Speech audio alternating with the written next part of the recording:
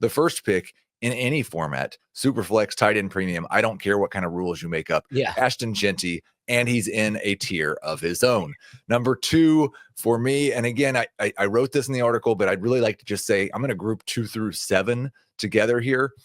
We can argue about the order of 2 through 7, but that's tier 2 for me. It's Cam Ward, the quarterback for the Titans now, Travis Hunter, Trevion Henderson, Omarion Hampton, Tet McMillan, and Quinshon Judkins. Ward, Hunter, Henderson, Hampton, McMillan, Judkins. That's tier 2. Tier 3 bleeds into round 2, but the tier 3 players who I rank in round 1, Matthew Golden, Emeka Egbuka, Luther Burden, Caleb Johnson, and Colston Loveland at number 12, rounding out round 1. So that's Jeanty, Ward, Hunter, Henderson, Hampton, McMillan, Judkins, Golden, Egbuka, Burden, Johnson, Loveland. Dan, instant reaction.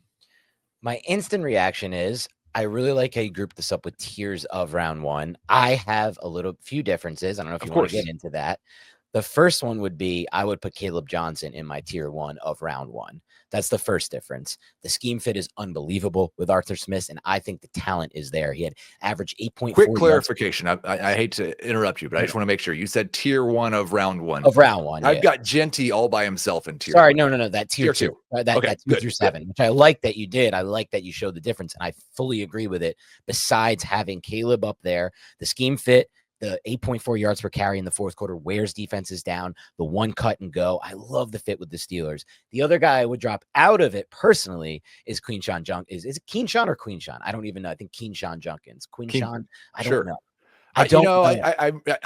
I would really like it if you just told me that I was saying it wrong, as opposed to saying I'm not sure which of these two things. I'm just going to say every other one. I think before you that just leads us right into our next question. Yeah, because I think a lot of people have a problem with me having Henderson as RB2, and that's because these rankings are based on full PPR, and I think Henderson playing with Josh McDaniels may just lead all running backs in receptions over the next 3 seasons. In half PPR, I would certainly have Hampton ahead of Henderson, and I would definitely have Caleb Johnson higher than where he is in these full PPR rankings at RB11. How do you think the format dictates the order of Henderson, Hampton, Judkins, and let's include Johnson? Looking at this before I got a chance to say it, I was going to say that's my next problem with it. I want Hampton over Henderson, but I think you made a really good case for it. And that bull case, you can look at the history of Josh McDaniels as a coordinator. That's all you need. And then just kind of look at their roster outside of Henderson. Who are they going to use for that role? Why would they not use Henderson for that role? Why would they not make that a big part of the offense to give Drake May some easier solutions? Just let him kind of live in an easier life. Like, it was so hard for me. It felt like watching his tape last year, given the personnel and kind of the system they ran. I don't want to kill Van Pelt. It was okay, but it just was hard. So why not give him easy solutions? So I like the Henderson call. As far as the next part of it, I still just think Caleb Johnson has so much touchdown upside there and yardage upside there. I still want to put him up there.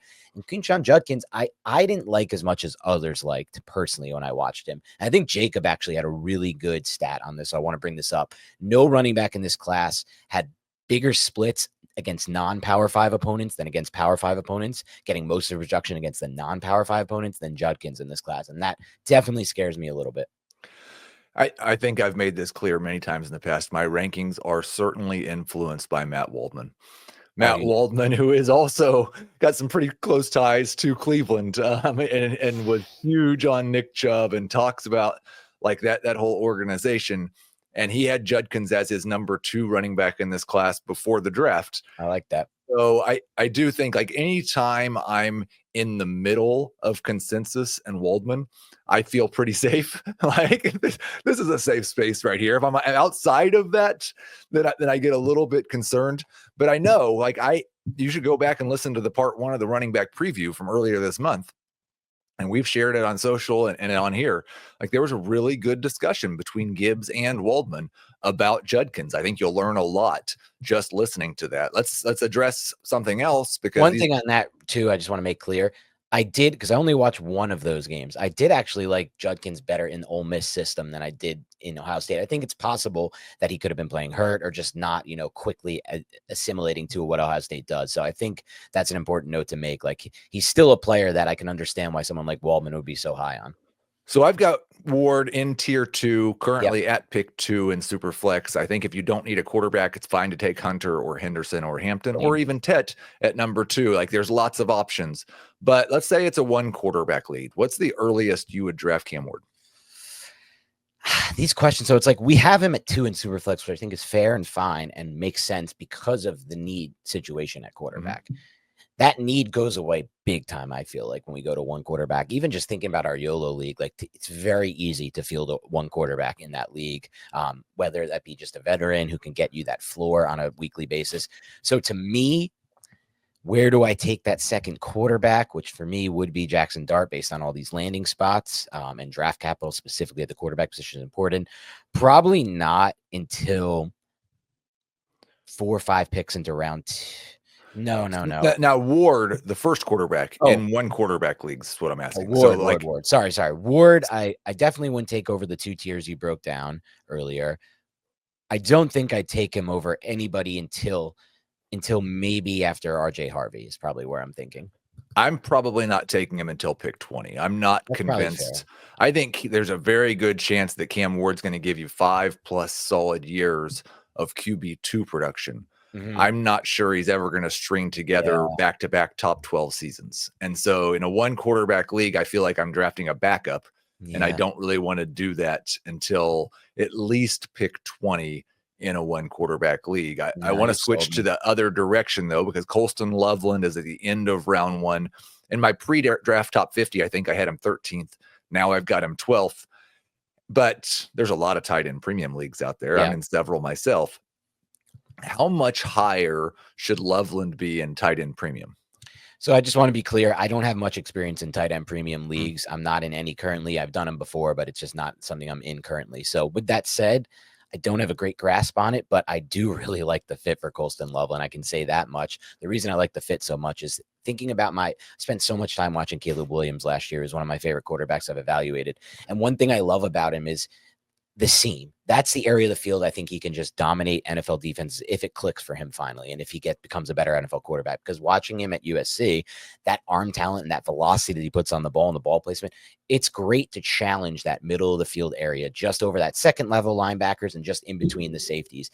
And that's where Colston Loveland is going to live. And he's one of those players that like when I watched Nico Collins at college and then at the Senior Bowl, and I loved him. He was one of my favorite players in that class. I was like, he was held back so much by how bad Michigan's quarterback play was. I felt the exact same way about Colston Loveland last year once they lost JJ McCarthy. So I love betting on those guys that have that advantage of the stats aren't all there, the production isn't all there, but it's mostly just because of the quarterback play. And I feel that way watching his film. So I'll move him all the way up to the middle of round 1 in a tight end premium, assuming that that's the kind of value for those type of players. I'm in a two times.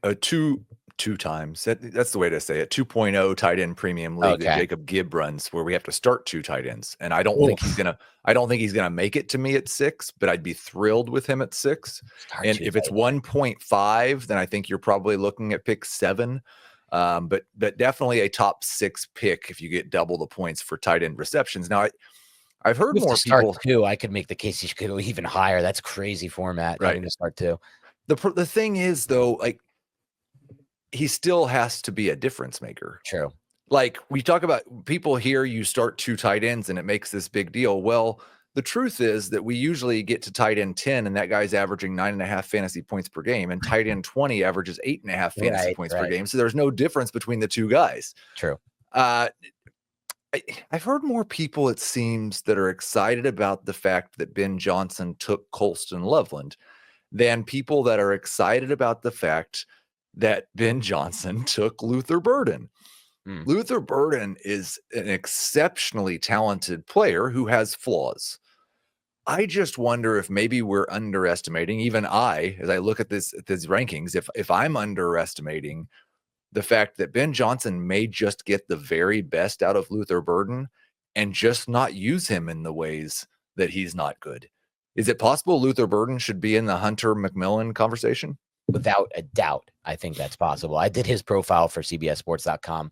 Very interesting, unique player. I felt like when I was watching the whole time that either one, we're looking at a Kadarius Toney type thing where, and not to use that name like he's an anywhere similar type prospect, but just where like he's used in a way where they don't trust him as a boundary receiver. So that's why they have him in the slot so much. 60% of the snaps, I believe, in Missouri were in the slot. Or two, that offense and the quarterback situation are kind of why they put him there, because it's like, well, this is the best way to get him the football. If it's two, which I think it very well could be based on the talent, based on how he gets in and out of his breaks, which is really phenomenal. That's where I'm led to believe we are ranking him too low. Ben Johnson's going to get the most out of him. And we spent a lot of this offseason before this, Heath, talking like, is it going to be DJ Moore in the slot? Is it going to be Odunze? Who's going to play that Amon-Ra St. Brown role? If that's Luther Burden playing that role, like, sky's the limit. And I know there's been other talk like Jameson. I heard someone say something about Jameson Williams has a connection to him. Maybe they were teammates or they played from the same high school. I don't know exactly. And maybe you've used him in that kind of role. I wouldn't love that as much. But if he puts him in that slot role, like, we could be looking at insane level production potentially from him. I currently have in my Dynasty rankings, Luther Burden is my wide receiver 31. Okay. I still have Rome Odunze up around wide receiver 19. I liked Rome Odunze more. He was drafted earlier, but I'm getting nervous that we don't know who's going to play which of these roles in the Bears offense. And one of these guys, it might be DJ Moore, the one we all think is the best. It might be DJ Moore that gets stuck in the less desirable role. What if Luther Burden is the slot guy and all of a sudden we've just way too high on Moore and Odunze? And this is a whole lot of production for a team that had a quarterback that really struggled to be on target last year. Like, there is a scenario in play. I don't think it's going to happen. I'm bullish on this offense, but I have to at least accept the scenario, especially playing outdoors in Chicago late in the year, where like this team is not the production profile we expected, and there are 4 different targets that we have to work with for 4 different talents to work with for targets. So I think there could be a lot of overrating for this offense from us from a ranking standpoint as we move through the next 4 months of fantasy.